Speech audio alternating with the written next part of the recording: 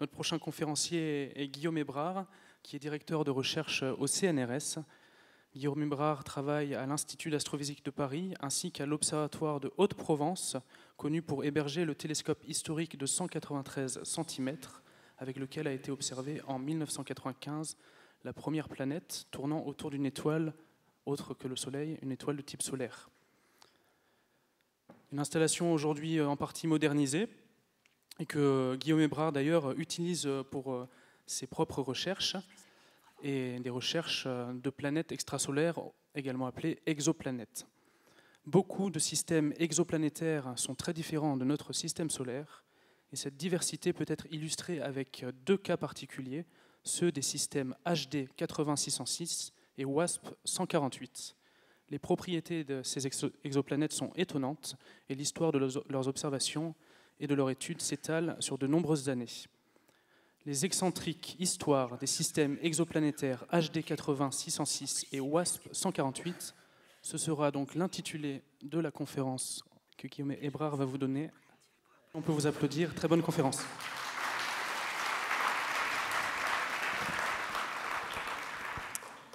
Bonjour à tous et merci d'être là. Alors moi je suis très content d'être là également. Alors il y a un peu une conjonction de calendrier parce qu'au même moment, en ce moment, il y a la manifestation à République pour lutter contre les violences sexistes. Alors j'y serais bien allé, mais on ne peut pas être partout en même temps. Donc je suis très heureux d'être ici avec vous et je remercie les organisateurs de m'avoir invité à faire cette conférence. Et donc aujourd'hui, je vais vous parler des excentriques histoires des systèmes exoplanétaires HD 80 606 et WASP 148. Alors, il s'agit de planètes extrasolaires. Je pense que la plupart d'entre vous, vous savez ce qu'est une planète extrasolaire. Une planète extrasolaire, c'est une planète qui tourne autour d'une étoile autre que le Soleil. Et alors, la question se pose, c'est pourquoi rechercher et caractériser des planètes extrasolaires? Alors, une des premières raisons, une des premières motivations à ce type de travaux, c'est d'explorer la diversité de l'univers. C'est un domaine assez nouveau et donc il y a encore beaucoup d'exploration tout simplement, d'essayer de voir de quoi est composé notre univers. Le deuxième point, la deuxième justification pour ces travaux, c'est tenter de détecter, d'étudier des systèmes planétaires particuliers et essayer de comprendre déjà quelles sont leurs caractéristiques, leurs propriétés, quels sont les phénomènes physiques, chimiques qui peuvent s'y produire, leur histoire. Déterminer les propriétés statistiques des systèmes planétaires, parce que pendant longtemps, on avait un système planétaire avec 8 planètes, donc on pouvait faire des statistiques là-dessus, mais depuis qu'on en a des milliers, évidemment, les statistiques sont beaucoup plus puissantes. Donc c'est l'une des justifications. Ces statistiques, on les utilise également pour comprendre les modèles de formation et d'évolution des systèmes planétaires. De nouveau, quand on avait un seul système planétaire, on avait des idées de comment il s'était formé, comment il avait évolué, et comment il continue à évoluer. Mais depuis qu'on en connaît des milliers, nos connaissances sont bien plus robustes en la matière, même s'il y a d'autres questions qui sont apparues. L'un des objectifs également, c'est de trouver des analogues à la Terre. Bien évidemment, l'un des gros objectifs, l'un des grands moteurs, on connaît notre Terre autour du Soleil. Et donc, si un jour on trouve une étoile similaire au Soleil qui héberge une planète similaire à la Terre qui tourne en un an, évidemment, ce sera un résultat extrêmement intéressant.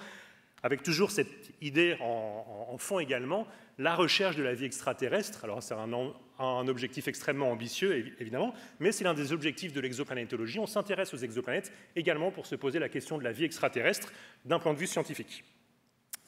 Donc c'est la justification, toutes ces justifications, j'en oublie peut-être certaines, c'est pour ça qu'on est beaucoup d'astronomes à chercher, caractériser, étudier les planètes extrasolaires. Et aujourd'hui, je vais parler d'un point particulier.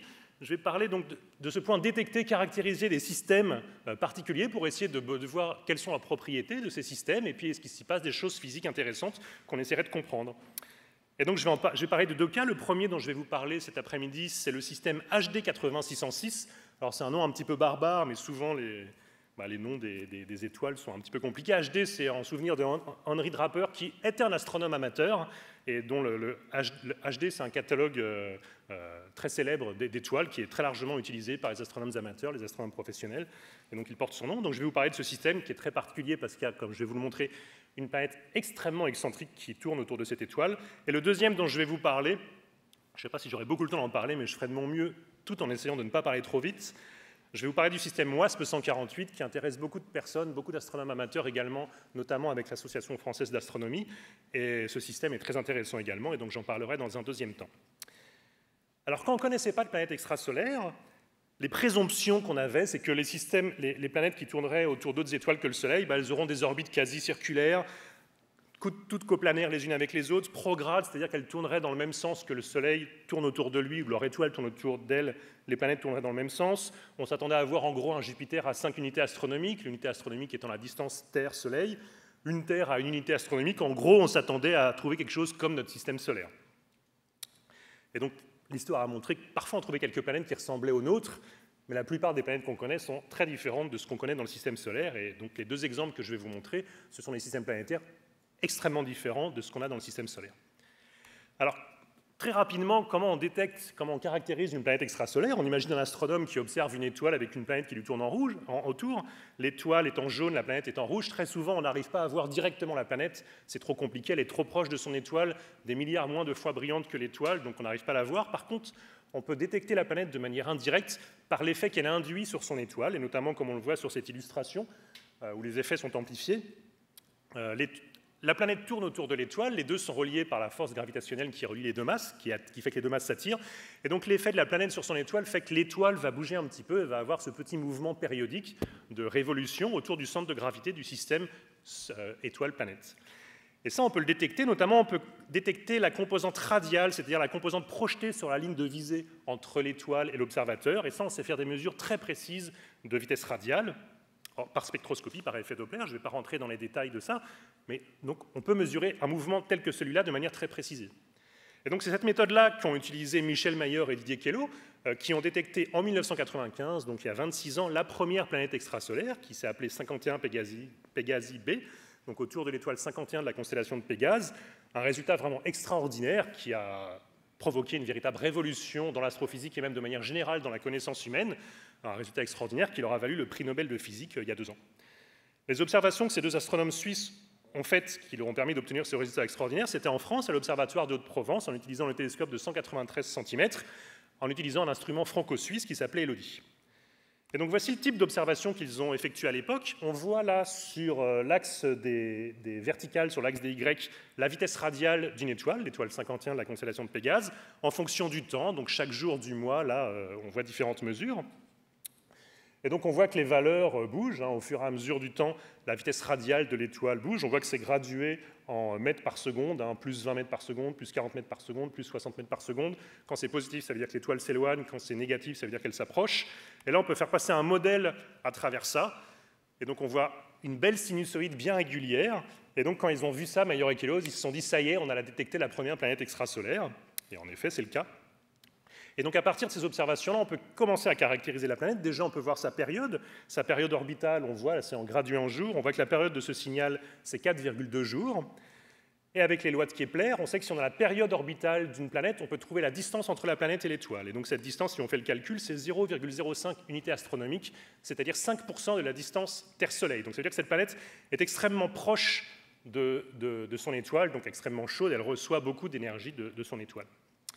L'amplitude de ce mouvement permet également de mesurer la masse de l'objet qui tourne. Et donc là, la masse de la planète, MP, c'est 0,45 masse de Jupiter. Donc globalement, à peu près une masse de Jupiter. Donc on a un objet, une géante gazeuse, très vraisemblablement, qui a la masse de Jupiter. Mais au lieu de tourner en 12 ans comme Jupiter tourne autour de notre Soleil, elle tourne en 4 jours autour de notre étoile. Elle est juste autour de cette étoile, autour de l'étoile 51 Pégase. Elle est juste à 5% de la distance Terre-Soleil, donc elle est très chaude. Donc ce type de planète, qu'on ne connaissait pas auparavant, on appelait ça des Jupiters chauds. Le premier, c'est 51 Pégase B. Si vous regardez la formule qui est mise là, il y a marqué masse planétaire, MP, mais il y a un sinus I. Alors là, ce n'est pas pour complexifier, le I, c'est l'inclinaison du plan de l'orbite de la planète par rapport à nous, et ça, très souvent, on ne le connaît pas. Parfois, on arrive à le connaître, mais très souvent, on ne le connaît pas, et donc, en fait, on ne mesure pas vraiment la masse de la planète, on mesure la masse multipliée par le sinus de l'inclinaison, et le sinus de l'inclinaison, il varie entre 0 et 1, suivant la valeur de l'inclinaison. Donc, en fait, c'est la masse minimale. Cette planète fait au minimum 0,45 masse de Jupiter, donc une demi-masse de Jupiter, mais elle pourrait faire plus si l'orbite était particulièrement inclinée, et là, dans ce cas-là, on ne savait pas encore quelle était l'inclinaison. Dernier paramètre important qu'on peut caractériser ici, c'est l'excentricité, c'est-à-dire la forme de l'orbite. Et là, l'excentricité est nulle, c'est-à-dire que l'orbite est circulaire, et ça, on le voit parce que la sinusoïde est très régulière. Quand on a un signal périodique comme cela, on peut le replier en phases, et donc c'est la courbe qui est ici en haut à droite, qui est la figure historique de Mayor et Queloz, où on voit les mêmes points, mais repliés en phases, c'est-à-dire que là, au lieu qu'on ait le temps, on a la phase orbitale, et donc c'est périodique, ce point-là, il se retrouve ici. Voilà donc une brève présentation de cette méthode des vitesses radiales. C'est cette méthode qui a été utilisée par Mayer et Kellos et dont je vais beaucoup parler dans ce qui va suivre. Et donc on va commencer par un premier système, donc je vous disais HD 8606, on va commencer par un petit peu de planétarium à la Cité des Sciences. Et donc ça c'est le ciel qu'on aura ce soir. Évidemment, vous avez reconnu la Grande Ourse, et donc un petit peu à droite de la Grande Ourse, vous voyez cette configuration, ce triangle, on zoome ici, et donc on voit toujours ce triangle-là, il est toujours là, donc on zoome l'étoile qui est là, une étoile brillante juste au-dessus, elle est là, et est-ce qu'on zoome? C'est cette étoile-là, que je vais vous faire voir, et si on grossit, on voit que cette étoile, elle est double. On a deux étoiles, donc si on grossit encore, on voit deux étoiles, celle de gauche, c'est HD 8606, celle de droite, c'est HD 8607.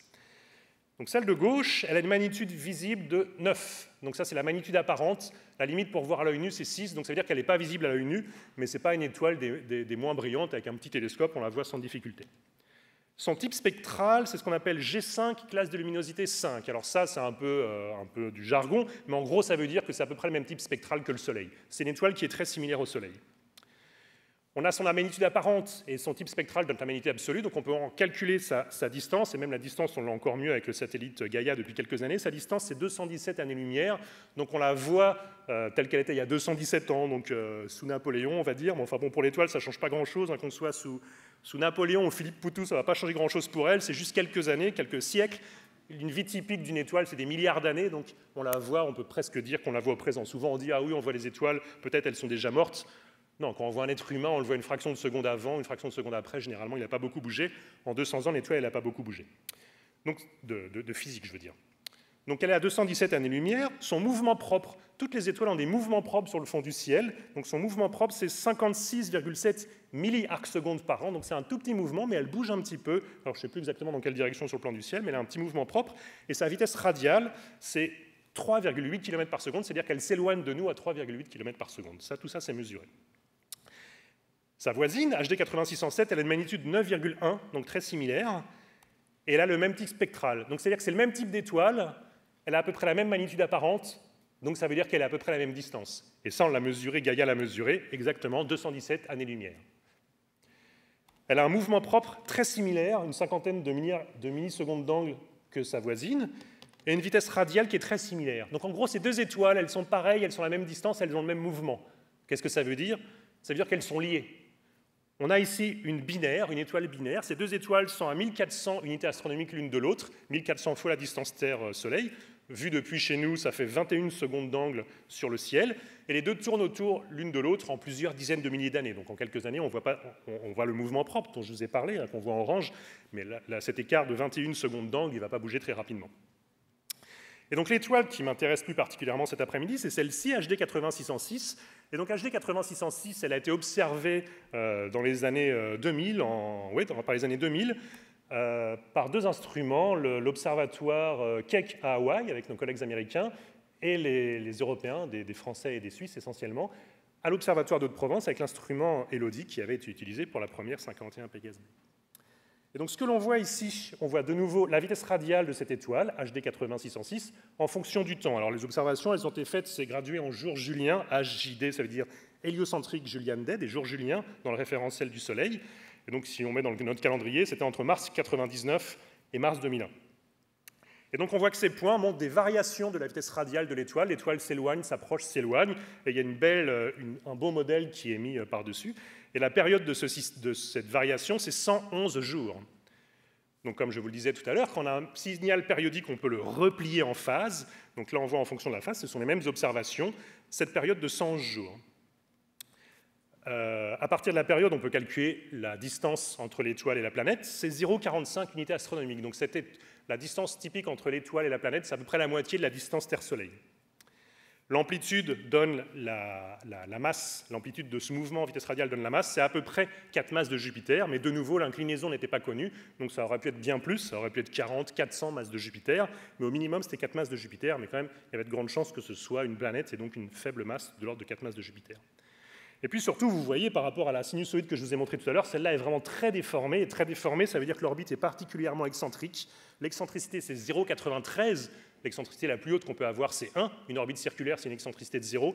Là, on a 0,93. Ça ressemble à ça, une orbite excentrique avec ce type d'excentricité. Donc, on voit là l'orbite de la planète autour de son étoile. L'étoile est en haut à gauche. Et si on anime ça, on voit que la planète, là en bleu, elle tourne autour de son étoile en 100 jours de période. Quand elle est loin au périgée, elle bouge très, très peu vite. Hein, c'est la loi des airs dans les lois de Kepler. Et quand elle passe proche de son étoile, elle passe très vite proche de son étoile. Et puis elle repart sur son mouvement orbital à plus longue période. Alors voilà, déjà, ce système était très intéressant parce qu'il était... je vais vous dire pourquoi est-ce qu'il était très intéressant. Alors, déjà, il y avait deux étoiles, une avec une planète, HD 8106, et sa voisine qui est quasiment la même étoile, mais elle n'avait pas de planète, en tout cas pas de planète connue. Donc ça a permis de faire des études. Des gens se disaient, on pourrait chercher des différences chimiques entre les deux étoiles pour voir s'il y a des effets du fait qu'il y ait une planète et du fait qu'il y ait de la formation planétaire autour de l'une mais pas autour de l'autre. Est-ce que ça peut se voir dans la composition chimique de l'étoile? Alors, non, ça n'a pas marché, on n'a pas vu, enfin c'est pas moi, mes collègues qui ont fait ces travaux, n'ont pas vu de différence entre ces deux étoiles en différence chimique. C'est la vie parfois en science, hein, on a des bonnes idées, on regarde, on a un cas qui semble intéressant, mais on ne trouve rien, ça arrive, là, il n'y a rien qui a été trouvé. Cette planète, on appelle ça un Jupiter chaud transitoire, c'est-à-dire que je vous ai parlé des Jupiter chauds, 51 Pégase B tout à l'heure, qui tournent en quelques jours autour de son étoile, donc des planètes qu'on ne connaissait pas du tout avant, dans le système solaire il n'y en a pas. C'est très intéressant d'étudier la physique de ces planètes. Et puis celle-là, des fois elle est très proche de son étoile, et puis des fois elle est très loin. Donc elle est Jupiter chaud de temps en temps, et parfois elle est très loin. Donc ça c'était intéressant, et je y reviendrai un petit peu plus tard, ça permet de voir des choses intéressantes. Quelque chose qui était important également, c'est de mesurer très précisément l'excentricité. Je vous ai dit l'excentricité c'est 0,93. Et ça, c'est important parce que suivant la valeur précise de l'excentricité, la planète va passer plus ou moins proche de son étoile. Et ça, c'est important parce que si elle est très proche de son étoile, elle va être très chaude. Et notamment au début, quand les premières observations de l'étoile suggéraient plutôt une excentricité de 0,97. Assez souvent, quand on a un peu de mesure, on a tendance à surestimer l'excentricité. Donc il faut faire attention à ces incertitudes. Et si on avait 0,97 d'excentricité, ça veut dire qu'au plus près, la planète passait à 2,5 rayons de l'étoile au plus près. Donc vraiment extrêmement proche de l'étoile. Et en fait, on s'est rendu compte que c'était plutôt 0,93 l'excentricité, très élevée mais moins fort, enfin moins élevée tout de même, 0,93. Donc ça veut dire que la planète passe seulement, si je puis dire, à 6,5 rayons de l'étoile, 6 fois la taille le rayon de l'étoile en sa distance la plus proche à l'étoile. Donc ça reste très chaud, mais moins chaud que si c'était 2,5 rayons. On a cherché également, des collègues ont cherché des variations stellaires au péricentre, c'est-à-dire quand la planète passe très proche de son étoile, donc à 6,5 rayons de l'étoile. Et donc ça aurait pu indiquer qu'il y a des interactions entre l'étoile et la planète. Au moment où la planète passe très proche de son étoile, si on voit des effets sur l'étoile, ça pourrait dire que les deux interagissent. Et on a calculé, ça a été calculé, entre le moment où la planète est loin de son étoile et le moment où elle se rapproche très proche, la variation du flux qu'elle reçoit change, enfin le flux varie par un facteur 800 en quelques jours, donc ça c'est énorme, et donc on se dit que ça pourrait faire des choses sur l'étoile. De nouveau, là rien n'a été détecté, en tout cas jusqu'à présent. Encore, c'est des recherches qui parfois ne donnent rien. L'idée aussi qu'il y a sur cette planète, c'est qu'elle est en quasi-synchronisation. C'est-à-dire que quand elle passe proche, vous savez que la Lune est synchronisée, elle fait un tour à un peu moins d'un mois autour de la Terre, et elle met la même durée pour faire un tour sur elle-même. Ça, c'est pas un hasard, c'est parce qu'il y a des fortes interactions de marée entre la Lune et la Terre.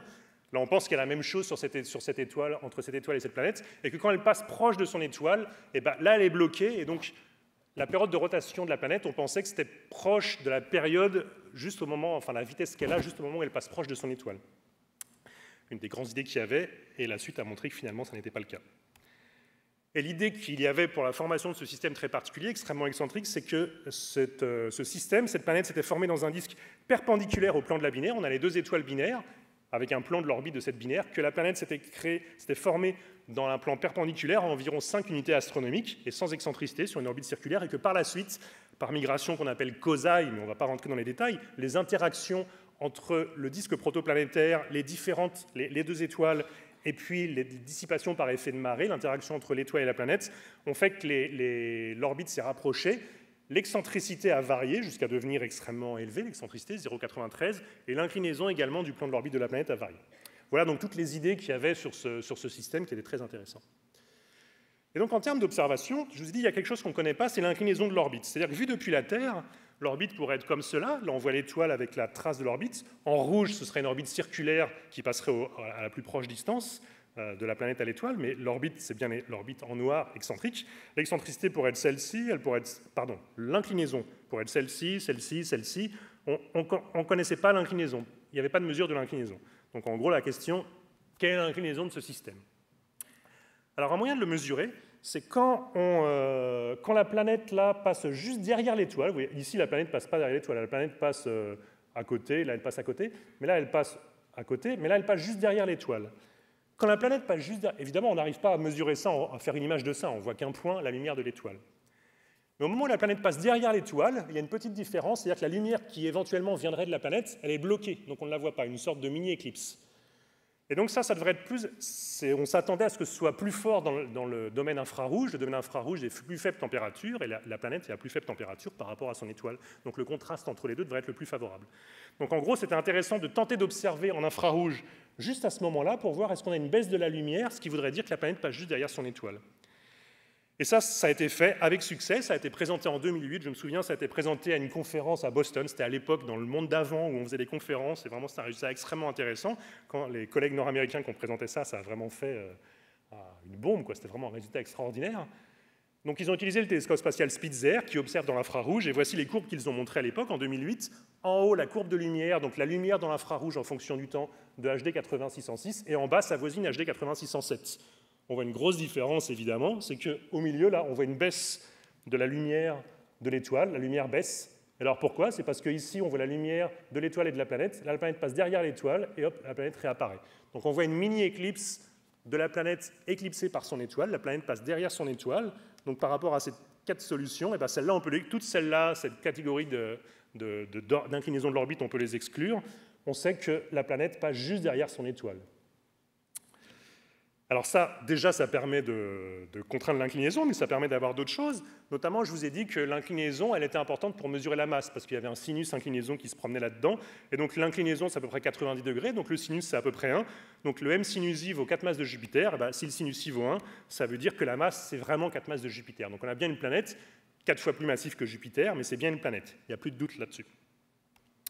Également, ce qui est intéressant, c'est de regarder la profondeur de ce transit, c'est-à-dire de combien la lumière baisse. Et la baisse de lumière, et bien la différence, ce qui a baissé, c'était la lumière qui était émise par la planète et qui n'est plus émise quand la planète est derrière son étoile. Et ça permet de mesurer la lumière réfléchie par la planète, mais également la lumière émise par la planète par son rayonnement thermique dans l'infrarouge. Et donc la profondeur, c'est 0,14%. Tel qu'on le mesure sur ce graphique. Et ça veut dire que la planète, la température de la planète, à ce moment-là, c'est 800 degrés, 800 Kelvin, pardon. Et donc ça, c'est bien le type de température auquel on s'attendait, parce qu'à ce moment-là, la planète est assez proche de son étoile. Donc déjà, le fait qu'on ait une éclipse, un antitransit, on va dire, c'était très intéressant. C'était de loin la planète avec la plus longue période orbitale connue avec un antitransit à ce moment-là. Généralement, les planètes en transit, elles ont 2, 3, 4 jours de période. C'est des planètes très proches. C'est pour ça là qu'on détecte des transits. Là, 100 jours de période, vraiment, c'était très nouveau d'avoir une planète dans ce domaine-là en transit. Ceci dit, il restait toujours la question de l'inclinaison très précisément. Quelle est la valeur de l'inclinaison? Et en plus, on pourrait se dire, la planète passe derrière, mais peut-être elle pourrait également passer devant, si l'inclinaison est vraiment très faible. Et ça peut se mesurer. Si la planète passe devant, au moment où elle passe devant, elle va cacher une partie de la lumière de l'étoile, et donc sa courbe de lumière va montrer une petite baisse. Pour vous donner des probabilités, toutes les inclinaisons, a priori, il n'y a pas de raison que l'inclinaison soit orientée par rapport à nous, elles sont isotropes, il n'y a pas d'orientation privilégiée. La probabilité qu'on ait un antitransit, comme ça a été détecté avec Spitzer, c'est une chance sur 10, et la probabilité qu'on ait un transit, c'est une chance sur 100. Alors je pense que vous me voyez me venir, elle va transiter, donc on a vraiment eu beaucoup de chance sur ce cas-là. Mais ceci dit, qu'on a commencé les observations là, on savait déjà qu'elle était en antitransit, et donc on savait que là-dedans, et donc dans toutes ces catégories-là, la probabilité qu'on ait un transit, c'est plus qu'une chance sur 10. Donc on avait une chance sur 10, là ça a excité beaucoup de gens à travers le monde qui faisaient de l'astronomie. Et donc c'était en février 2019 où on savait que la planète allait passer juste à ce moment-là. Donc on ne savait pas si elle passerait au-dessus, ou alors est-ce qu'elle passerait juste devant son étoile. Et donc je me souviens justement à cette fameuse conférence en 2008, la personne qui nous a présenté l'antitransit nous a dit essayez de choper le transit. Donc nous on l'a fait en février 2009 à l'Observatoire d'Hauts-de-Provence. On a observé la même nuit avec le télescope 193 qui est ici, qui faisait de la spectroscopie pour les vitesses radiales, et en photométrie avec les télescopes de 1,20 m pour mesurer la lumière qui venait de l'étoile. Et donc là ce que l'on voit c'est la courbe de vitesse radiale de l'étoile, c'est en vitesse radiale en fonction du temps. On voit la belle courbe de vitesse radiale qui montre qu'il y a une planète. Le transit, s'il a lieu, c'est juste ici. Donc, si on regarde là, on a la vitesse radiale en fonction du temps. Je vais zoomer sur cette zone-là. Là, on a le modèle. On doit avoir une baisse de la vitesse radiale à cet endroit-là. Et c'est ce que je vous présente sur la courbe du bas. Là, on voit la vitesse radiale. L'orbite keplérienne attendue, elle devrait suivre ce parcours-là. Et on a observé vers le 13-14 février 2009. Et donc ça, on a observé avec le télescope 193 et l'observatoire de Provence en spectroscopie avec SOFIE. Et au-dessus, on voit les observations faites avec le télescope de 1,20 m en photométrie. Donc là, c'est la lumière qui vient de l'étoile. S'il ne se passe rien, ça va rester un flux qui ne va pas bouger. Donc on a commencé à observer la nuit d'avant. On a observé la nuit du 13 au 14 février 2009, et non, du 12 au 13 février 2009. Et voici ce qu'on a vu. Donc le flux, on n'a rien vu. Il y avait du bruit autour de 1, mais donc il ne se passait pas grand-chose sur l'étoile. On ne s'attendait pas à ce qu'il se passe grand-chose. Et puis la vitesse radiale qu'on a mesurée, on n'a fait qu'une mesure. Le reste de la nuit, on a observé d'autres étoiles, parce qu'on connaissait bien cette courbe. Le point était bien sur la courbe, tout allait bien. Et puis on a observé la nuit suivante, donc la nuit du 13 au 14 février. Et donc voici ce qu'on a vu. On a vu là quelque chose qui se passait. Là, le flux était beaucoup plus faible de l'étoile, et puis hop, il est remonté après. Et puis en vitesse radiale, on s'attendait à ce que ce soit sur la belle courbe attendue pour une orbite keplérienne, et puis là, les vitesses radiales étaient bien plus basses. Et donc qu'est-ce que ça veut dire ça? Ça voulait dire qu'on avait détecté un transit, que la planète était passée devant son étoile. Et donc parmi toutes les configurations, celles-là, on pouvait les éliminer également. On était sûr que la planète passait juste devant son étoile. Alors on ne savait pas si elle passait sur le bord ou en plein centre, mais en tout cas, elle passait devant son étoile. Donc là, vraiment, c'était de nouveau extraordinaire. On était vraiment très contents d'avoir ce résultat. On s'estimait très chanceux d'avoir pu l'observer, qu'il n'y ait pas eu de nuages, et qu'en plus, l'orientation de l'orbite de cette planète soit exactement alignée, ou quasiment exactement alignée, avec nous, avec la Terre. Alors ça permet de faire tout un tas de choses, de caractériser cette planète, ce système, de trouver plein de choses dont je vais vous parler maintenant. Tout d'abord, la profondeur du transit. Le transit, là, la baisse de la lumière, c'est à peu près 1%. Vous voyez que là, c'est normalisé à 1. La baisse de la lumière, on arrive à peu près 0,99, c'est à peu près 1%. Donc si la lumière de l'étoile baisse de 1%, la baisse de lumière est directement reliée au rayon de la planète. Ça veut dire qu'elle fait à peu près un rayon de Jupiter. Donc on sait que la planète fait un rayon de Jupiter, elle fait 4 masses de Jupiter, donc elle est 4 fois plus dense que Jupiter. Et puis ça, je ne vous en ai pas encore parlé. Donc les vitesses radiales, on voit qu'il se passe quelque chose. Alors là, c'est spectral, donc c'est un petit peu plus compliqué à comprendre. Je ne vais pas rentrer dans les détails pourquoi est-ce que ça a cette forme-là. Ce qu'on voit, c'est qu'il se passe quelque chose. En gros, ce qu'il y a, c'est que l'étoile tourne sur elle-même, et donc en vitesse radiale, on peut détecter quelque chose. Et si la planète est à différents endroits de la surface de l'étoile, la partie gauche de l'étoile, elle s'approche de nous, puisque l'étoile tourne. Et la partie droite, elle s'éloigne de nous, donc ça peut faire des variations dans la vitesse radiale mesurée. Ce n'est pas une vraie variation de la vitesse radiale de l'étoile, c'est une variation apparente de la vitesse de l'étoile. Et ça, c'est très intéressant pour mesurer l'obliquité. L'obliquité, qu'est-ce que c'est? C'est l'angle entre le plan orbital de la planète et le plan équatorial de l'étoile défini par la rotation de l'étoile. Donc là, on a une obliquité nulle, une orbite alignée avec une obliquité nulle. C'est comme dans le système solaire, le Soleil tourne sur lui-même. Les planètes du système solaire sont toutes à peu près dans le même plan, qui est à peu près le plan équatorial du Soleil, à quelques degrés près. Mais on peut imaginer une obliquité bien plus grande, voire une orbite quasi polaire. Donc là, je ne vais pas rentrer dans les détails de ça. À une prochaine rencontre du ciel et de l'espace, si vous voulez, je pourrais vous parler plus d'obliquité, mais je vais vous donner juste le résultat. Ce que l'on voit ici, le résultat là, a permis de contraindre l'obliquité, et puis surtout, il fallait le faire en conjonction avec la durée du transit. La durée du transit, on ne la connaît pas parce que là, il fait jour. Là, entre le 13 et le 14, il faisait jour, on n'a pas observé. Donc on avait juste une partie du transit, mais on ne savait pas à quel moment le transit avait commencé. L'orbite, le transit, on savait quelle était sa durée maximale parce qu'on connaissait la taille de l'étoile. Donc si la planète passe sur le diamètre de l'étoile, le transit, il aurait pu être long comme ça. Je crois que ça fait une vingtaine d'heures, je ne me souviens plus exactement. Enfin, on peut le voir, c'est gradué. Et donc la durée du transit en photométrie, c'est la même qu'en vitesse radiale. Et donc on aurait pu avoir une anomalie comme ça. Donc de nouveau, je ne rentre pas dans les détails, mais une anomalie avec d'abord une vitesse plus élevée, puis une vitesse moins élevée. Ça veut dire que l'orbite est prograde et alignée. Ça veut dire qu'on aurait, comme dans le système solaire, une orientation de l'orbite comme cela. Mais si ça se trouve, là, on a vu quasiment tout le transit. Et c'est la bonne courbe, c'est celle qui est en verte. Le transit commençait juste, on a juste commencé au début, donc le transit est plus court.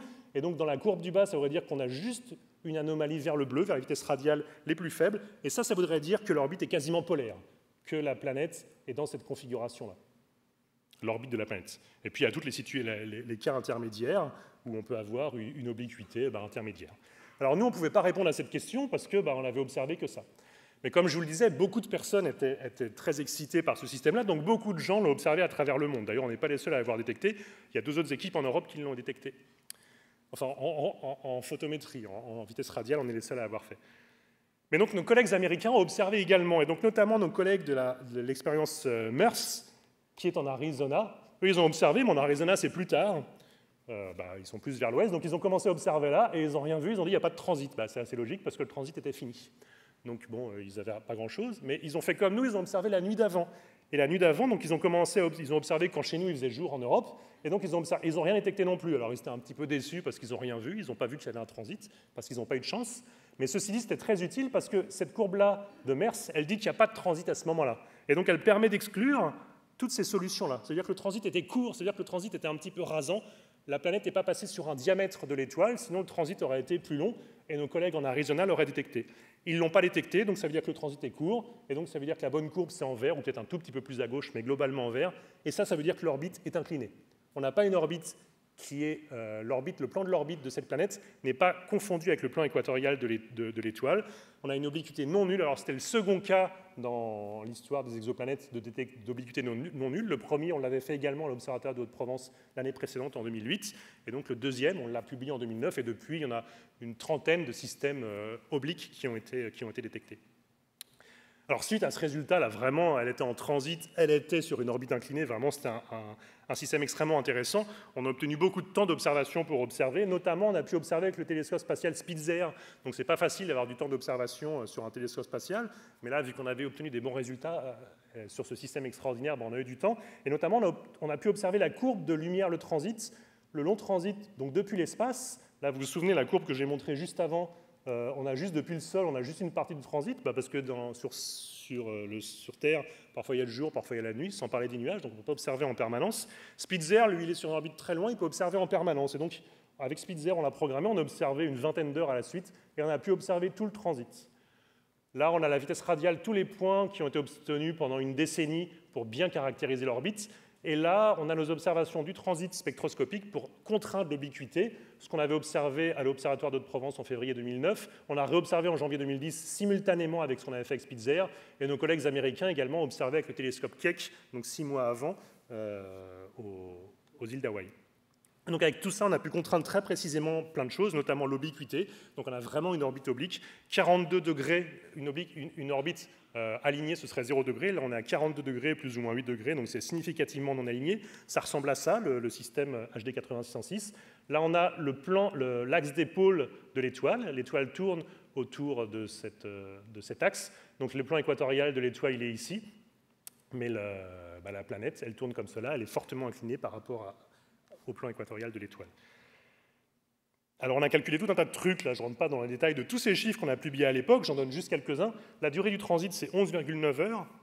Pour les quelques astronomes amateurs ici qui peut-être ont l'habitude ou suivent ça, mesurent des transits de planètes extrasolaires, souvent ce sont des Jupiters chauds, des planètes qui tournent juste en quelques jours autour de leur étoile, le transit dure 2, 3, 4 heures, on peut faire ça en une nuit. Là il dure quasiment 12 heures, donc on ne peut pas faire ça en une seule nuit, on a juste des portions du transit. On a pu mesurer également extrêmement précisément l'excentricité, 0,9330 avec 5/10 millièmes de précision, 500 millièmes de précision. Donc on a vraiment une mesure extrêmement précise de l'excentricité qui est très utile pour contraindre l'orbite et l'évolution dynamique de ce système. Et donc si on montre une petite animation là, faite par mon collègue Alain Le Cavelier, on voit là donc l'orbite. Alors on a plusieurs vues. Là on voit en haut à gauche le système vu du dessus avec l'étoile et puis la planète qui tourne, la même chose mais zoomée. Là on voit l'étoile vue de la planète. Alors là il faudrait revenir, je vais le remontrer, l'étoile vue de la planète, parce que quand on passe très proche, hop, l'étoile grossit évidemment parce que la planète passe très proche de l'étoile et puis après quand elle s'éloigne, elle est plus petite. On voit les phases aussi, vue de la Terre, la planète tourne et donc elle ne présente pas la même phase. Voilà donc cette modélisation. Justement, d'ailleurs, si on attend encore un petit peu, voilà, quand on passe là, on va voir la planète, elle s'approche, voilà, on voit juste le transit de la planète vu depuis la Terre. Vous voyez, c'est un transit un peu rasant. La planète ne passe pas sur un diamètre, elle passe sur un bord un peu plus et il n'y avait pas de transit. Alors là, on voit les phases également, là, comme je vous montrais ici, là, les phases vues de la planète vue depuis la Terre. Ça, on peut le mesurer également. Ça, ce sont de nouveau nos collègues nord-américains qui ont fait ça, ceux qui avaient détecté le transit en 2008. Ils ont observé donc ce système, toujours avec Spitzer pour avoir un meilleur contraste entre la planète et l'étoile. Et donc là, on voit l'orbite de la planète qui passe, donc la position A, B, C, D, etc., jusqu'à H. Donc ils ont observé pendant tout ça, ils ont observé plusieurs jours à la suite avec Spitzer. Donc là aussi, je pense qu'ils ont eu beaucoup de mal pour obtenir ce temps d'observation. Obtenir Spitzer, des observations pendant plusieurs jours, la concurrence est très rude pour avoir tout ce temps de ce télescope spatial. Et ils s'attendaient à avoir des variations de ce qu'ils mesuraient suivant l'orientation de la planète par rapport à nous et de ce qu'elle réfléchirait de l'étoile et de ce qu'elle émettrait également. Et donc voici les deux courbes qu'ils ont observées. Ils ont observé avec deux canaux de Spitzer à 4,5 microns et à 8 microns. Donc c'est dans le domaine infrarouge qui permet de bien sonder le domaine dans lequel émet la planète. Et donc ça, c'est le flux de la planète, le flux du système, de la planète plus de l'étoile en fonction du temps. Et donc on voit bien, là, les baisses de lumière, c'est quand la planète passe juste derrière son étoile. Et puis on voit que ça monte, là, c'est qu'on voit, on est de plus en plus, pas en pleine lune, mais en pleine HD 8606b, si on peut dire. On va voir de plus en plus la face éclairée de cette planète. Et puis après, on la voit de moins en moins et on va être en nouvelle HD 8606b, c'est-à-dire on verra la face non éclairée qui émet moins de lumière de cette planète. Et de nouveau, avec ça, il y a la lumière réfléchie par la planète de son étoile, mais également la lumière émise de la planète. Et la lumière émise de la planète nous renseigne directement sur la température de la planète, avec la loi de Planck. Et donc ça, on le trouve en faisant ces calculs. Justement, cette équipe a pu mesurer que la température de la planète variait. Je vous ai dit tout à l'heure, elle était à 800 degrés. C'était au moment où ils avaient mesuré. Mais si on regarde là sur toutes ces observations sur plusieurs jours, on voit qu'en quelques heures seulement, la planète passe de 500 à 1400 Kelvin. Donc on peut imaginer ça, un chauffage très rapide de la planète quand elle se rapproche très proche de son étoile, sachant que l'étoile elle-même, elle est à 5800 Kelvin, donc à peine moins chaude que le Soleil, typiquement comme le Soleil. Donc ça, c'est très intéressant également de voir ces mouvements extrêmement violents sur la planète, de variation de température. Et puis ça permet également de mesurer, ça dépend un tout petit peu plus des modèles, mais quand même leurs résultats semblaient assez robustes, la rotation planétaire, combien de temps la planète met à tourner sur elle-même, sachant que c'est une géante gazeuse, donc cette atmosphère, combien de temps elle met à tourner sur elle-même. Et donc ils ont estimé que ça devait être à peu près 90 heures. Et tout à l'heure, je vous ai parlé de quasi-synchronisation, c'est-à-dire que si la planète tournait sur elle-même à la même vitesse qu'au moment où elle passe autour de son étoile, eh ben ils auraient dû trouver 40 heures. Donc c'est pas ça, elle tourne 2 fois plus lentement. Donc contrairement à ce qui était attendu, cette planète n'est pas en quasi-synchronisation. Et ça aussi, ça fait des choses qui restent à comprendre, qui ne sont pas encore bien comprises sur ce système. Et ils ont présenté également une simulation de leurs travaux. On s'attend à ce que la reproduction de ce à quoi devrait ressembler l'atmosphère de cette planète quand elle passe très proche de son étoile, ça devrait faire des choses comme ça, beaucoup plus violent que ce qui se passe sur notre tranquille Jupiter, malgré sa tache rouge. Et le dernier travail que je vais vous présenter sur ce système très intéressant, c'est un travail qu'on a fait avec mes collègues à l'Institut d'astrophysique de Paris, qui sont spécialisés en relativité générale, en théorie relativiste de la gravitation.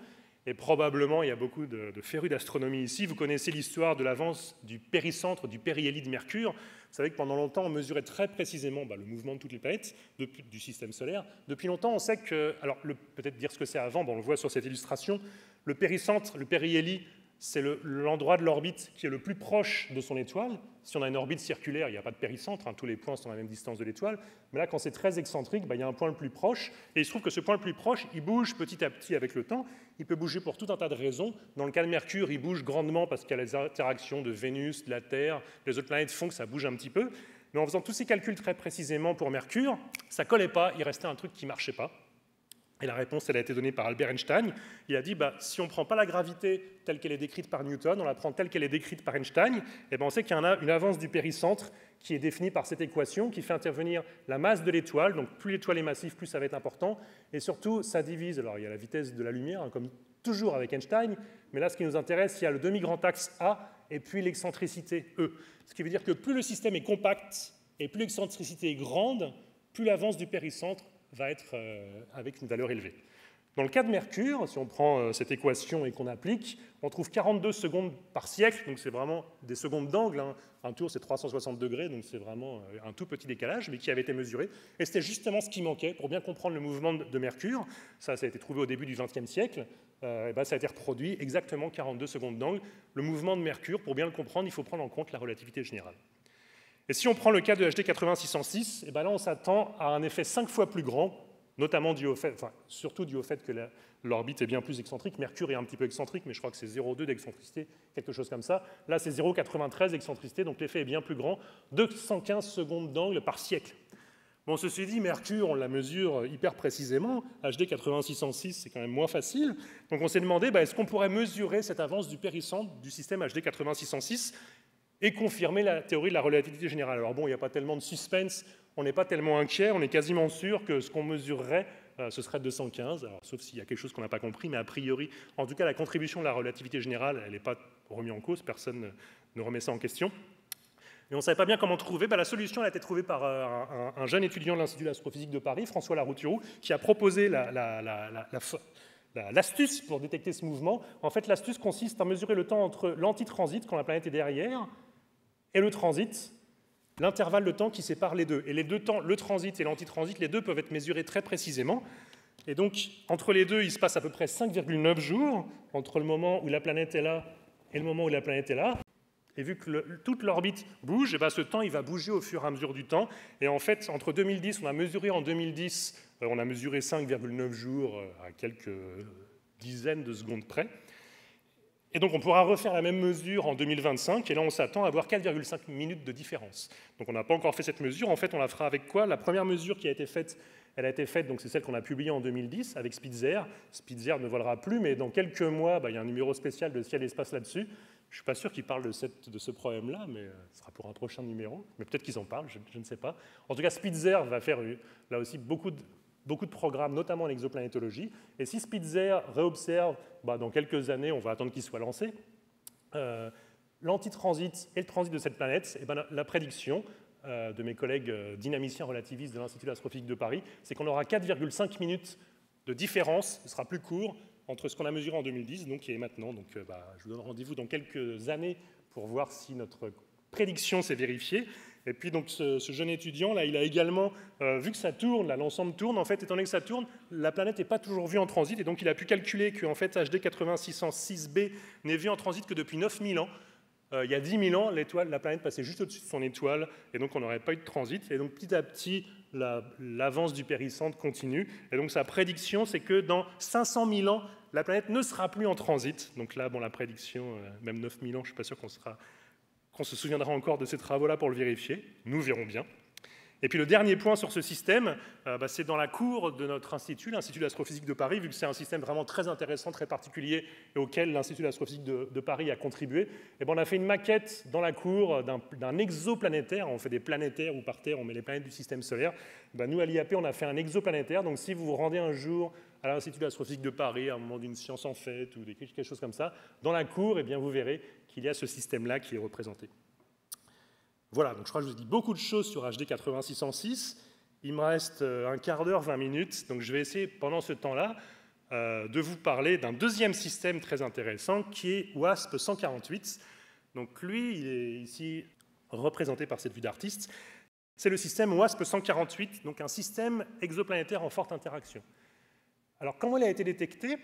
Ce que je vous ai montré avant, HD 80606b, si vous vous souvenez, cette planète, elle a d'abord été trouvée par vitesse radiale, et par la suite, on a trouvé qu'il y avait un transit. En fait, une planète en vitesse radiale, on la trouve dans quasiment toutes les configurations, on peut la détecter, mais un transit, c'est beaucoup plus rare, il faut avoir du bol, il faut que l'orbite soit pile alignée ou quasiment pile alignée avec la ligne de visée. Donc il y a quelques systèmes, souvent les plus intéressants, qui ont d'abord été vus en vitesse radiale, et par la suite, on s'est rendu compte, pour quelques-uns, il y en a avoir une dizaine connus comme cela, dont HD 80606, on trouve après qu'il est en transit. Mais ce n'est pas comme ça qu'on trouve beaucoup de planètes en transit. Un transit, c'est quelque chose d'assez rare. La probabilité qu'une planète passe juste devant une étoile, c'est quand même assez rare. La plupart des planètes ne passent pas devant leur étoile et donc ne sont pas vues en transit. Donc qu'est-ce qu'on fait pour trouver quelque chose de rare en science de manière générale? On en observe beaucoup. Donc si on observe des milliers, des millions d'étoiles, dans le tas, il y en a plein qui vont avoir des planètes, peut-être même toutes, mais en tout cas, certaines d'entre elles vont avoir des planètes vues en transit. Donc si on fait de la photométrie, on mesure la quantité de lumière qui vient d'une étoile au fur et à mesure du temps, qui vient de milliers d'étoiles au fur et à mesure du temps, on peut en trouver certaines qui sont en transit. Et donc, il y a plein d'expériences qui ont été faites comme ça, notamment l'expérience Super WASP, qui surveille les variations de lumière de millions d'étoiles, avec 8 petits télescopes. Ça ressemble à ça, l'expérience Super WASP. C'est 8 gros appareils photo, on va dire, des gros objectifs. Et c'est installé à La Palma, juste là où il y a le volcan qui est rentré en éruption il y a quelques semaines. Donc c'est passant cette coupole, ce bâtiment avec un toit ouvrant, l'expérience ressemble à ça. Et donc cet instrument, il observe des milliers d'étoiles pour voir s'il n'y a pas des baisses de lumière périodiques. Et il en a trouvé une intéressante ici, juste au-dessus du carré d'Hercule. Il a vu cette étoile-là. Et en regardant cette étoile-là, en regardant les courbes de lumière mesurées avec Super WASP, donc ces petits appareils photo, c'est 20 cm de diamètre, c'est vraiment pas des gros télescopes. Il a vu ça en 2008, en 2010 et en 2011. Alors qu'est-ce qu'il voit là? Il voit la lumière de l'étoile en fonction du temps. Tous les points, ce sont des mesures, et en noir, ce sont les modèles. Donc on dit, oui, la lumière a baissé, la lumière a baissé, la lumière a baissé, il y a peut-être une planète qui est passée devant. Alors je ne sais pas quel est votre degré de confiance que vous avez quand je vous montre ça. ça saute quand même pas aux yeux. Alors déjà, à l'œil, ça saute quand même pas aux yeux. Alors il y a tout un tas de techniques pour montrer ça plus qu'à l'œil, pour valider ça de manière mathématique. Est-ce que c'est statistiquement significatif ou pas? Ça n'empêche que même avec cette technique, la plupart des candidats détectés par SuperWASP, comme avec les autres expériences, la plupart, quand je dis la plupart, c'est 90%, au final, ce ne sont pas des planètes. Mais quand même, beaucoup SuperWASP, il a trouvé 150, 200 planètes, quelque chose comme ça. Donc quand même, il y en a certaines qui sont des planètes. Et alors, admettons que ce soit une planète, quelles seraient ses caractéristiques? La profondeur du transit, c'est à peu près 1%, de nouveau, vous voyez sur l'échelle. Donc 1%, ça veut dire que c'est à peu près une planète grosse comme Jupiter. La période orbitale, c'est 8,8 jours. Alors il y a plein de solutions de période orbitale, parce qu'on a la date le 20 juin, le 4 juin 2010 et le 31 mai 2011. Donc là, on peut trouver plein de périodes différentes, mais celle qui marchait le mieux, c'était 8,8 jours. Et puis la durée du transit, donc la durée de ce phénomène-là, c'est 3 heures. Et donc tout ça, c'était en accord avec un Jupiter qui tourne en 8,8 jours. Et si on regarde les résidus, c'est-à-dire qu'on prend les points, on soustrait le modèle, on ne voyait rien de particulier. Donc c'était plutôt un cas qui semblait intéressant. Donc ça, cette expérience SuperWASP, elle est menée par nos collègues britanniques, donc aux îles Canaries. On est en contact avec eux à l'Observatoire de Provence. En gros, quand ils ont des bons candidats, on les observe quand ils ont des bons candidats obtenus en photométrie avec leur instrument, on les observe en vitesse radiale avec Sophie à l'Observatoire de Provence. Donc ici, cet observatoire dont je vous ai parlé tout à l'heure, avec le télescope de 1,93 m que l'on voit sur cette image, en utilisant de nouveau le spectrographe Sophie dont je vous ai parlé tout à l'heure avec HD 8606, qui est le successeur de l'instrument Elodie qui a été utilisé par Mayor et Kelos pour la première détection. Donc voici les résultats qui ont été obtenus, qu'on a pu obtenir pour cette étoile WASP 148, la vitesse radiale donc, de cette étoile en fonction du temps, mesurée avec Sophie, et voici les points qu'on a mesurés. Donc on voit des variations significatives de vitesse radiale d'une nuit à l'autre, et si on fait passer un modèle keplérien, une orbite keplérienne, donc régie par les lois de Kepler parmi tous ces points, eh bien ça marche bien. Alors, là de nouveau, je ne sais pas si vous me faites confiance, on verra. Ça marche bien avec une période de 8 jours. Alors pour mieux le voir, de nouveau, je vais replier ce signal en phase. Donc là, on ne voit plus en fonction du temps, on voit en fonction de la phase orbitale.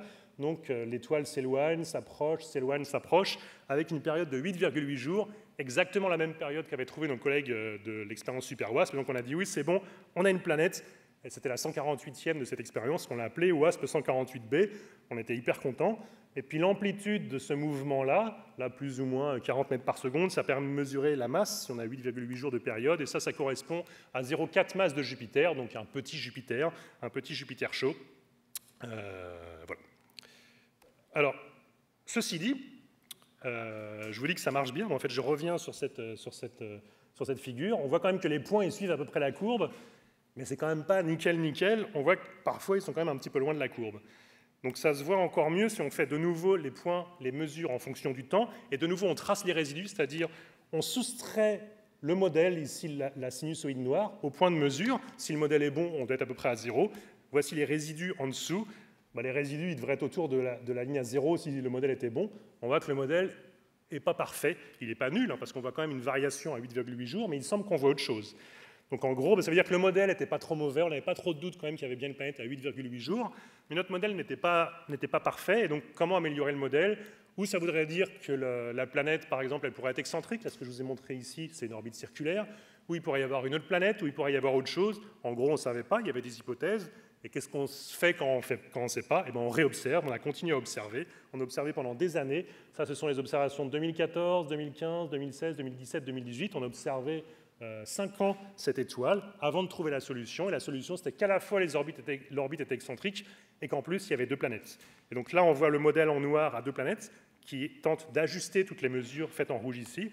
Alors, je mets un agrandissement pour qu'on puisse mieux voir. On voit que les points en rouge suivent bien le modèle en noir. On voit qu'il y a une variation la plus courte, c'est 8,8 jours. C'est bien la planète WASP 148b. Et puis, il y a une autre modulation, peut-être vous voyez, à plus basse fréquence, à plus longue période, c'est l'autre planète. Donc on voit ici l'autre planète qui s'est appelée WASP 148c. Et donc là, on peut faire pareil, on peut mettre la vitesse radiale en fonction du temps, mais on peut le faire en phase orbitale. On enlève la contribution d'une planète et on regarde juste l'autre. Et là, on voit bien ces 2 signaux. Un signal à 8,8 jours à gauche, c'est la planète WASP 148b, celle qui est vue en transit. Et un signal à plus longue période, 34,5 jours, c'est la planète WASP 148c. Alors leur masse à gauche, au début je vous disais 0,4 masse de Jupiter, mais avec un meilleur modèle en prenant 2 planètes, les excentricités, en fait on a mesuré 0,29 masse de Jupiter, un petit peu moins massive. Celle de droite, la WASP 148c, c'est 0,4 masse de Jupiter. Celle de gauche, elle est en transit, donc on connaît sa taille, 0,7 rayon de Jupiter. On a sa masse, on a son rayon, on peut obtenir sa densité, 0,96 grammes par centimètre cube, c'est bien une géante gazeuse, donc on avait tous ces paramètres. Et donc on a pu voir une vue d'artiste, c'est celle que je vous montrais tout à l'heure. Donc on a ici l'étoile WASP-148, la planète WASP-148b en 8,8 jours de période qui est en transit devant son étoile, et puis l'autre planète, WASP-148c, donc pour l'instant on n'a que la masse. Le système vu du dessus il ressemblera à ça, et si on le met à l'échelle du système solaire interne avec Mercure, Vénus et la Terre, eh bien ça ressemblera à ça. Mais il y a quelque chose d'encore plus intéressant sur ce système, c'est que si on regarde précisément les périodes orbitales, celle de gauche, c'est 8,8 jours de période, celle de droite, c'est 34,5 jours de période. Et alors là, si on fait le rapport des deux, eh bien que ça fait à peu près 1,4. Pardon, pas 1,4, 1 divisé par 4. La période orbitale de la planète extérieure est 4 fois plus longue à peu près que la période orbitale de la planète intérieure. Et ça, ce n'est pas de la numérologie, c'est quelque chose de très intéressant, c'est-à-dire que le système est proche de la résonance. Les résonances en physique, ou de manière générale en traitement du signal, c'est quand on a deux phénomènes périodiques et que les deux ont des périodes proches. Et alors ça, c'est très intéressant si on a des résonances, c'est que ça amplifie les phénomènes. Alors, je vais vous montrer une petite expérience qui m'a été inspirée par mon collègue Gonel Bouet, qu'on voit ici. Il faisait une conférence publique à mon institut, à l'IAP, le premier mardi du mois. J'en profite pour faire une petite présentation de ces conférences. Elles sont le premier mardi de chaque mois à 19h30 dans notre institut. L'accès est gratuit, vous pouvez y venir ou les suivre sur YouTube. On les diffuse en public, en direct sur notre chaîne YouTube. Vous avez les informations là. Et donc, il a présenté une expérience que je vais essayer de vous faire. Alors, je vais voir si j'arrive à la faire aussi bien que lui. Suspense. Pour montrer, je prends ce micro. Est-ce que ça marche? Vous m'entendez? Oui. Donc, je prends ce pendule là qui m'a été fourni par Ciel Espace. Merci, parce que moi, j'avais oublié le mien. Donc, on regarde un phénomène périodique. Là, c'est ceux qui ont fait les études de physique, c'est l'oscillateur harmonique. La période de ce mouvement-là, c'est à peu près 1 seconde, parce que ma corde fait à peu près 1 mètre de long. La période ne dépend pas de la masse de mon petit pendule, elle dépend du champ de gravité de la Terre et de la longueur du fil. Et donc, on a cette période-là qui est propre à ce système, et puis ma main, je peux la bouger avec une autre période. Si je la bouge avec une période très différente, si je la bouge très vite, par exemple, avec une période très rapide, une période très courte qui est très différente de celle du système, le système ne bouge pas beaucoup. Il reste avec sa période d'1 seconde. Si maintenant je fais varier ma main, je mets une autre variation avec une période bien plus longue, si je mets une période d'1 minute, je ne sais pas, on va s'ennuyer si je fais bouger ma main avec 1 minute de période, mais en gros, vous voyez bien que si ma main, je la bouge très doucement, le pendule il ne se rend pas compte de grand-chose, il reste avec son oscillation d'1 seconde. Si maintenant je fais bouger ma main avec une période d'1 seconde, vous voyez ce qui se passe, évidemment, il y a une résonance. C'est-à-dire que j'excite la période propre de ce système avec exactement la même période. Si je ne bougeais pas avec 1 seconde, mais 2 secondes, c'est-à-dire que je faisais 2 fois plus long ou 4 fois plus long comme dans WASP-148, les phénomènes sont amplifiés. Même si vraiment ça va fort, le système peut complètement changer de nature et il peut se passer des trucs très bizarres. Donc en gros, tout ça pour dire que quand on a une résonance, les phénomènes peuvent s'amplifier. Je reprends le micro ici si vous m'entendez bien. Et donc là, qu'est-ce qui se passe? On a 2 périodes. Les 2 périodes, c'est la planète externe qui fait 1 tour, quand la planète interne en fait 4. Et les 2 planètes, elles ont une interaction l'une avec l'autre, c'est que les 2 s'attirent l'une l'autre, il y a des interactions gravitationnelles mutuelles. Elles sont de très faible amplitude, ces interactions gravitationnelles mutuelles, donc généralement on ne voit rien. Sauf qu'elles sont en résonance, donc là ça va être amplifié. Et en gros, ça va être amplifié, pourquoi? Donc comme je dis, parce qu'il y a résonance. Et donc là, quand on est dans cette configuration-là, la planète C attire la planète B, donc elle va l'accélérer un petit peu. Et quand on est un petit peu plus loin, quand on est ici, la planète C, elle ralentit un petit peu la planète B. Généralement, c'est négligeable, sauf que vu que ça se fait de manière quasi résonante et fréquemment, les effets vont être amplifiés. Et ça, qu'est-ce que ça veut dire? C'est-à-dire que la période orbitale des 2 planètes va changer. Parfois, ça va être un peu plus court, parfois, ça va être un petit peu plus long. La planète B, elle va tourner parfois un peu plus vite, parfois un peu moins vite, du fait des interactions de la planète C. Et ça, on peut le mesurer très précisément parce que la planète B est en transit. Et donc, les transits, ça donne une mesure très précise de la période. Et donc, en faisant comme ça, on a mesuré d'autres transits. Alors, les premiers transits, c'est ceux dont je vous avais parlé avec Super WASP, les petits télescopes de 20 cm. Et par la suite, il y a beaucoup d'autres télescopes avec lesquels on a pu observer des transits en 2014, 2015, 2017. Notamment, parmi tout cela, je peux montrer le transit observé à l'observatoire Hubert-Reeves, à Mars, en Ardèche, un observatoire d'astronomie amateur. Ce sont les amateurs qui ont fait cette observation, donc qui est présenté ici, qu'on a publié avec eux dans notre publication l'année dernière, qu'on a publié ces résultats. Et donc l'ensemble de ces résultats, donc, vous voyez, il y a 8 transits qu'on avait observés à ce moment-là. Donc les 8 transits, Ils sont notés ici avec différentes codes couleurs et je vais les représenter ici sur cette courbe. On voit les résidus en minutes, par rapport à la configuration. On aurait une période fixe qui ne bougerait pas. Donc si on a exactement toujours 8,8 très précisément jour de période pour la planète WASP 148b, on n'aura aucun résidu, on aura tous les points sur la ligne A0. Et voici ce qu'on a mesuré. Parfois, il y avait les transits. Alors là, les 3 premiers, les barres d'erreur sont vraiment très grandes, donc c'est difficile de conclure, mais celui-là, il a lieu bien en avance, celui-là, il a lieu bien en retard, ces deux-là au bon moment, celui-là de nouveau en retard. Donc on avait des variations de chronométrage. La période orbitale de la planète B, parfois elle était en avance, enfin parfois elle était plus courte, parfois elle était plus longue, donc parfois les transits étaient en avance, parfois ils étaient en retard. Donc ça, c'est 8 observations, bon, on a pu les représenter là, les modéliser avec différents scénarios, ça c'est avec nos collègues de l'Observatoire de Paris. Donc le meilleur modèle que l'on voit, c'est en vert là, vous voyez, qui semble bien reproduire les variations, donc les variations de chronométrage en fonction du temps. Alors ils ont fait d'autres simulations pour voir que l'excentricité également de ces deux planètes devait bouger. Je vais accélérer parce que mon temps est bientôt fini. Et donc vu que cette planète, c'est très intéressant d'observer ces transits WASP 148b au fur et à mesure du temps, et ben, l'Association française d'astronomie, qui organise ce week-end l'événement auquel nous sommes, elle a proposé aux astronomes amateurs que ça intéresserait d'observer les transits de la planète WASP 148b, justement pour voir s'ils étaient plus tôt, plus tard, et de mieux contraindre encore ce système exoplanétaire. Et d'ailleurs, tout à l'heure, pour ceux que ça intéresse, il y aura un forum sur les sciences participatives de l'Association française d'astronomie, où on parlera donc des réseaux des observateurs de WASP 148b. Ce sera tout à l'heure en salle 1, de 17h30 à 18h45. Et s'il y a parmi certains d'entre vous des astronomes amateurs dans cette salle, on sera content de discuter ensemble tout à l'heure. Donc je montre très rapidement quelques résultats qui ont été observés. Donc il y a beaucoup d'astronomes amateurs qui ont observé le 28 juin dernier, le 9 août dernier. Il y a eu beaucoup d'observations. Malheureusement, la météo n'a pas été tip-top, ne nous a pas trop aidé. Vous voyez que très souvent, en noir, ce sont les points, en rouge, c'est le modèle, le transit. On s'attend à avoir un beau transit comme cela. Il y en a qui ont bien pu observer, mais il y en a plein, ils observaient, puis là, quand ils se sont arrêtés d'observer, c'est qu'il y a eu des nuages, très vraisemblablement. Il y en a sans doute un ou deux, leur télescope a eu un problème. Ça arrive, mais la plupart des gens qui n'ont pas bien pu observer, c'est parce que, malheureusement, il y a eu des nuages, et même les deux nuits. Vous voyez que même la deuxième nuit en août, pourtant, juin et août, on peut s'attendre à du beau temps, mais il n'y a pas eu une météo parfaite ces deux nuits-là. Et donc, on espère recommencer l'année prochaine. Et donc, on en parlera un peu plus tard cet après-midi en salle numéro 1.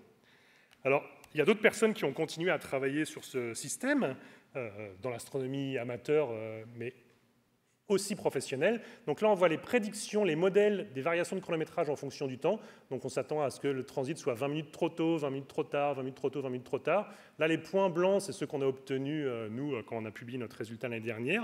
Et puis les points verts ici, c'est ceux qui ont été obtenus par le satellite TESS de la NASA, qui a observé également le même phénomène et qui a vu qu'il y avait des transits qui étaient parfois un petit peu tôt, parfois un petit peu tard. Donc je peux montrer là très rapidement les différents résultats. Là, les résultats obtenus par les astronomes amateurs de l'AFA, ce sont ces deux points-là qui, alors c'est à préciser, parce qu'il faudrait bien regarder les données, qu'on en discute entre nous pour voir quelles sont les bonnes valeurs, quelles sont les barres d'erreur. Mais en regardant rapidement, il semble que ça aille dans le bon sens, qu'aux incertitudes près, ça corresponde bien à ce qui a été prévu. Et donc en continuant d'observer au fur et à mesure du temps, ça c'est un programme qui peut se faire pendant des années, pendant des décennies même, je dirais, observer les transits de WASP 148b permettra de bien contraindre ce système et peut-être également de trouver une troisième planète dans ce système. Certains scénarios de dynamique de ce système, même, certains scénarios prédisent qu'il y a une troisième planète dans ce système qui pourrait être détectée avec ce type de mesure.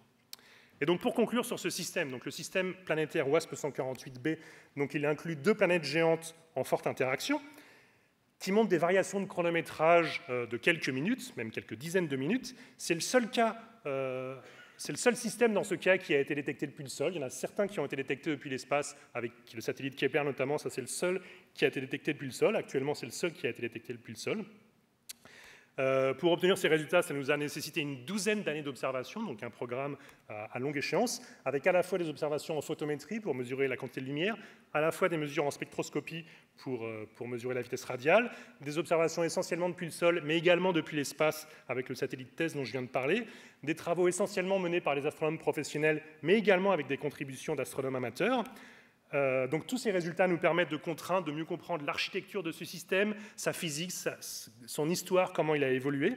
On a d'autres découvertes à venir en continuant les travaux d'observation de modélisation. Et donc cette histoire est à suivre, et donc on pourra en parler dans quelques temps pour que je vous présente les nouveaux résultats sur ce système. Et je vais m'arrêter là, et je vous remercie de m'avoir écouté.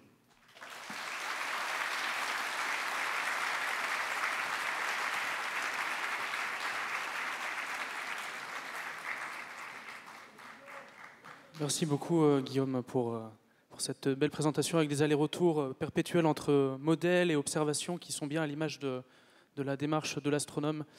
Une petite préférée parmi toutes ces exoplanètes, les 4500 qu'on a découvertes? Alors c'est une troisième que je n'ai pas présentée là ce soir, mais donc l'année prochaine. Très bien, on vous réinvite avec plaisir.